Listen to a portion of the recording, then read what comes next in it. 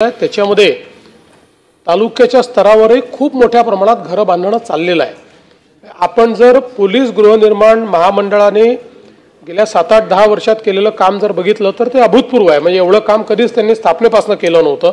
इतक्या मोठ्या प्रमाणात हे काम आता त्या ठिकाणी चाललेलं आहे आणि त्यांना आपण निधीची देखील उपलब्ध करून देतो आहे, त्यांना आवश्यकता पडली तर कर्जही देतो आहे आणि त्यातनं मोठ्या प्रमाणात तालुका स्तरावर देखील ही कामं चाललेली आहे। दुसरा आपण मुद्दा काय म्हटला होता, अनुकंपा, हा सगळ्यात महत्त्वाचा मुद्दा आहे। आता आपला हा जो 150 दिवसाचा कार्यक्रम आपण दिलेला आहे, या 150 दिवसाच्या कार्यक्रमात एक प्रमुख मुद्दा आपण दिला अनुकंपाच्या नियुक्त्या आणि पोलिसांचे सगळ्या विभागांना सांगितलेलं आहे की अनुकंपाची जी काही नियुक्ती आहे ही मिशन मोडवर द्यायची। त्यामुळे सगळ्याच विभागांमध्ये आता हे काम आपण चालू करतो। आपण सांगितलं तसं विभागांनी काही अडचणी सांगितल्या होत्या, त्या अडचणी दूर करून त्याची नियमावली आपण लगेच प्रसिद्ध करतोय आणि मोठ्या प्रमाणात म्हणजे आता ज्यावेळेस त्याचा आढावा आम्ही घेत होतो त्यावेळेस लक्षात आलं की एक अनुकंपेची केस 2008 पासून प्रलंबित आहे। 8 पासून त्यांना म्हणजे एलिजिबल पण दिलेलं नाही आपण, त्यामुळे आता हे मिशन मोडवर घेण्याचा आपण निर्णय घेतलेला आहे। तुम्हाला आता लक्षात येईलच पुढच्या काळामध्ये अनुकंपा भरती खूप मोठ्या प्रमाणात आपण करणार आहोत आणि आपण जे सांगितलं जिथे अंमलबजावणी होत नसेल तिथे निश्चित कारवाई केली जाईल। संजय खोडके।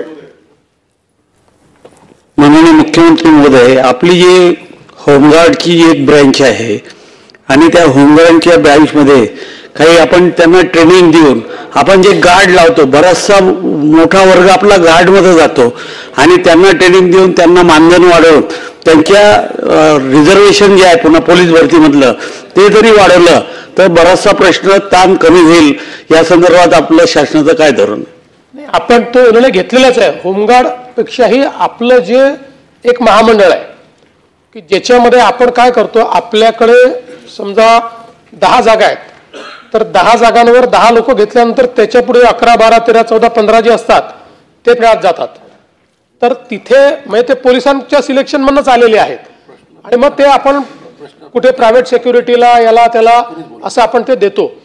मागच्या काळामध्ये आपण हा निर्णयच घेतला की जसं आता मुंबई आहे, मुंबईमध्ये जोपर्यंत भरती होत नाही तर ती गॅप भरून काढण्याकरता आपण कंत्राटी पद्धतीनं त्यांना 11 महिन्याकरता त्या ठिकाणी घेतो आणि ही गॅप भरल्यानंतर त्यांना तिथे परत पाठवतो।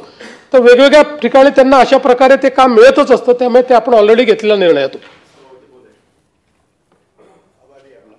पोलिसाचा पोरगा आहे, उशिरा आल्यामुळे नाही उशिरा आलो तरी पोलिसाचा पोरगाच राहील, पण उशिरा आल्यामुळे तुम्हाला उशिरा मरेपर्यंत पोलिसाचाच पोरगा राहील। बोलायला द्यायचं असताना सुद्धा माझी मनातून इच्छा होती, पण आपण उशिरा आल्यामुळे आभार म्हणून तुमचं सुरुवातीलाच आभार व्यक्त केलं। सभापती महोदय, म्हणजे आपण स्वतः उत्तर देत असल्यामुळे सगळ्यांना सगळे प्रश्न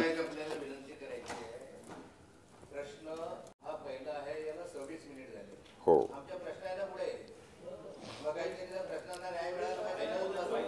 पण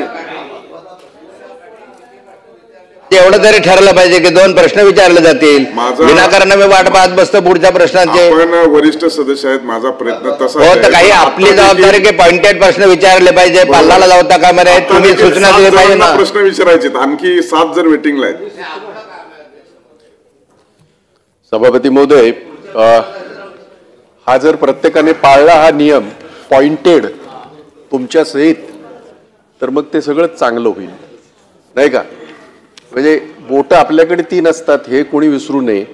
सभापती महोदय, अतिशय महत्वाचं खरं तर 2022 पासून आत्ता जून 2025 ला 2.5 वर्षामध्ये 450 लोक मृत्युमुखी पडलेले आहेत। हा महत्वाचा प्रश्न आहे, म्हणजे घरं बिरं हा प्रश्न आहेच।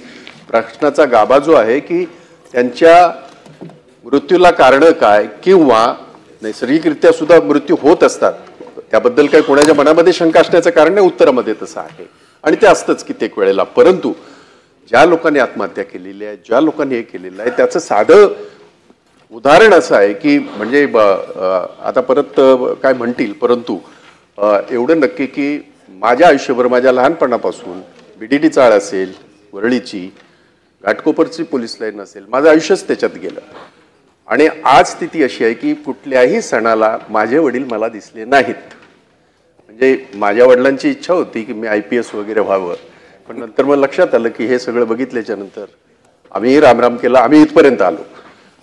परंतु प्रश्न असा आहे की सभापती महोदय, मुख्यमंत्री साहेब, की याच्यामध्ये आपण जी शिबिरं म्हणताय त्याचं फलित काय हे सुद्धा आपल्याला त्याची हे करायला हवी ना.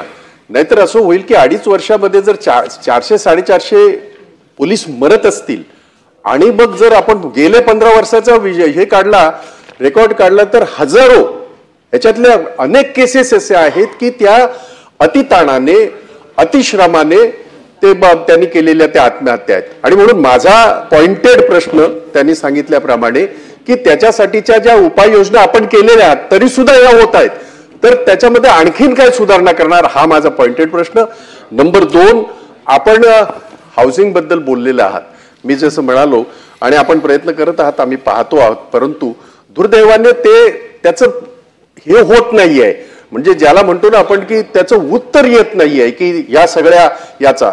माझं एक सजेशन असं आहे की जसं पोलीस हाऊसिंगने काम अतिशय चांगलं केलेलं आहे, विषयच नाही, परंतु आपल्याकडे जसा पोलिसांचा फौजफाटा वाटतोय त्या पद्धतीने त्यांना ते BDD चाळीमध्ये घरं देणं न देणं ते सगळे हे चालू आहेत, ते आंदोलनं चालू आहेत आणि आपण त्याला सक्षमपणे उत्तर देत आहात. परंतु प्रश्न तिथेच राहतो, जसं आपण सर्वसामान्यांना, आपल्या नागरिकांना हाऊसिंग या देतो, सोसायटीज देतो, अशा पद्धतीच्या पोलिसांच्या अशा जागा म्हाडाच्या माध्यमातून असतील, कलेक्टरच्या माध्यमातून असतील, म्हणजे त्यांनी जर स्वतःच्या सोसायट्या बनवून तिथे जर हे केलं, कारण हाऊस रेंट आपण देतच असतो, त्याच्यातनंच त्यांची घरं उभी राहतील आणि ती कायमस्वरूपी त्यांना ते मिळतील.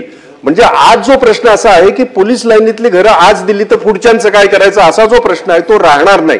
आणि म्हणून त्या बाबतीमध्ये काही पावलं सरकार पोलिसांना स्पेशली त्यांच्या हाऊसिंग सोसायट्या बनवण्यासाठी, हे सोडून पोलिसांचं हाऊसिंग हे सोडून मी म्हणतोय, उद्या जर एखाद्या पोलिस ह्याच्यामध्ये तयार झाले, 5-25 पोलीस तयार झाले की आम्हाला तुम्ही जागा द्या, आम्ही आमची घरं करून घेतो, तर अशा पद्धतीची काही योजना सरकार करणार का? माननीय सभापती महोदय, निश्चितपणे असे प्रपोजल आले तर आपण त्याला मान्यता देऊ.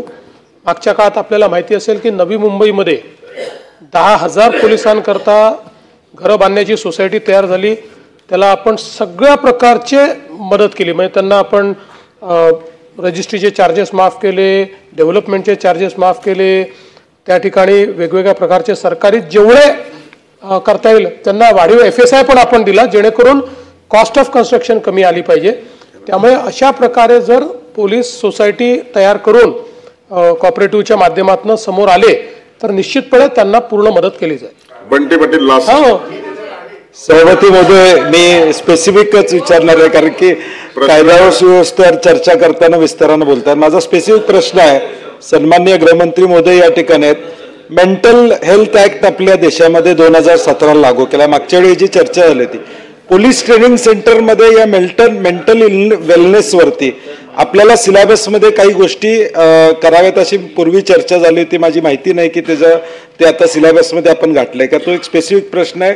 जर घातलं नसेल तर, कारण की आपले डिप्रेशन याच्यातून आत्महत्या वाढतात असं आपल्याला दिसून येतं. ट्रेनिंग मध्ये आपल्याला त्याला समुपदेशन कसं करता येईल हा एक विचार करावा अशी माझी विनंती. दुसरं, आपण वेलफेअर मधून 50,000 रुपये ताबडतोब देतो, ते 1 लाखापर्यंत त्याला देता येतील का? आणि सुसाईड मध्ये अनुकंपाचा कायदा आपल्याला लावता येईल का, त्याचा विचार आपण करावा. आणि एक्स ग्रॅशिया आपण जो देतो तो सुसाईड मध्ये वाढवून आपल्याला, किंवा जो नॉर्मल देतो तो यांना या ठिकाणी इम्प्लिमेंट करता येईल का, स्पेसिफिक माझे प्रश्न. चारही विषय जे सन्मान्य सदस्यांनी मांडलेले आहेत त्याच्यावर गंभीरतेने विचार करण्यात येईल. प्रश्न क्रमांक 2, मला या प्रश्नाची व्याप्ती आणि प्रश्न पाहता सगळ्यांना बोलायची इच्छा आहे, तरी देखील 32 मिनिटं झाल्यामुळे मी कन्क्लूड केलेला आहे. प्रश्न क्रमांक 2, 2792. प्रश्न क्रमांक 2 प्रमाणे सभापती महोदय,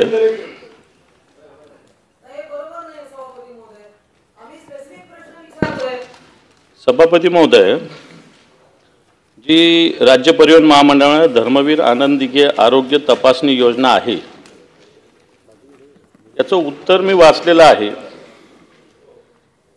पण याच्यात माझे प्रश्न असे आहे की आत्ताच्या घडीला सरकारकडे ऑलरेडी महात्मा ज्योतिबा फुले योजनासारखी योजना चालू आहे, त्याचप्रमाणे एसटी महामंडळाला दररोज 3 कोटी रुपयाचा